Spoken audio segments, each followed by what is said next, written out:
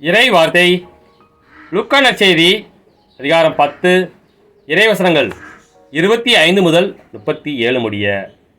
காலத்தில் திருச்சிட்ட அறிஞர் ஒருவர் எழுந்து இயேசுவை சோதிக்கும் நோக்குடன், போதகரே, நிலை வாழ்வை உரிமையாக்கிக் கொள்ள நான் என்ன செய்ய வேண்டும் என்று கேட்டார். அதற்கு இயேசு, திருச்சட்ட நூலில் என்ன எழுதியிருக்கிறது, அதில் நீர் என்ன வாசிக்கிறீர் என்று அவரிடம் கேட்டார். அவர் மறுமொழியாக, உன் முழு இதயத்தோடும் முழு உள்ளத்தோடும் முழு ஆற்றலோடும் முழு மனத்தோடும் உன் கடவுளாகிய ஆண்டவரிடம் அன்பு கூறுவாயாக. உன் மீது நீ அன்பு கூறுவது போல் உனக்கு அடுத்திருப்பவர் மீதும் அன்பு கூறுவாயாக என்று எழுதியுள்ளது என்றார். இயேசு, சரியாய் சொன்னீர், அப்படியே செய்யும், அப்பொழுது வாழ்வீர் என்றார்.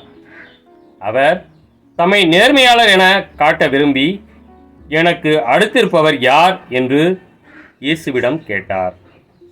அதற்கு அவர் மறுமொழியாக கூறிய உவமை, ஒருவர் எருசலேமிலிருந்து எரிகோவுக்கு போகும்போது கள்வர் கையில் அகப்பட்டார். அவருடைய ஆடைகளை அவர்கள் உரிந்து கொண்டு அவரை அடித்து குற்றுயிராக விட்டு போனார்கள். குரு ஒருவர் தற்செயலாய் அவ்வழியே வந்தார். அவர் அவரை கண்டதும் மறுபக்கமாக விலகிச் சென்றார். அவ்வாறே லேவியர் ஒருவரும் அவ்விடத்துக்கு வந்து அவரை கண்டதும் மறுபக்கமாய் விலகிச் சென்றார்.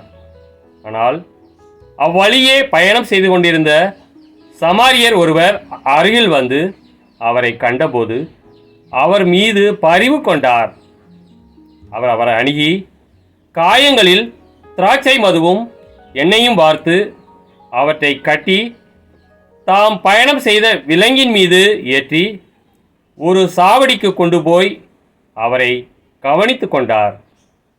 மறுநாள் 2 தெனாரியத்தை எடுத்து சாவடி பொறுப்பாளரிடம் கொடுத்து, இவரை கவனித்து கொள்ளும், இதற்கு மேல் செலவானால் நான் திரும்பி வரும்போது உமக்கு தருவேன் என்றார்.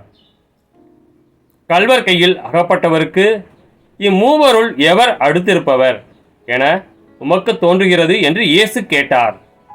அதற்கு திருச்சட்ட அறிஞர், அவருக்கு இரக்கம் காட்டியவரே என்றார். இயேசு, நீரும் போய் அப்படியே செய்யும் என்று கூறினார். கிறிஸ்துவின் நற்செய்தி.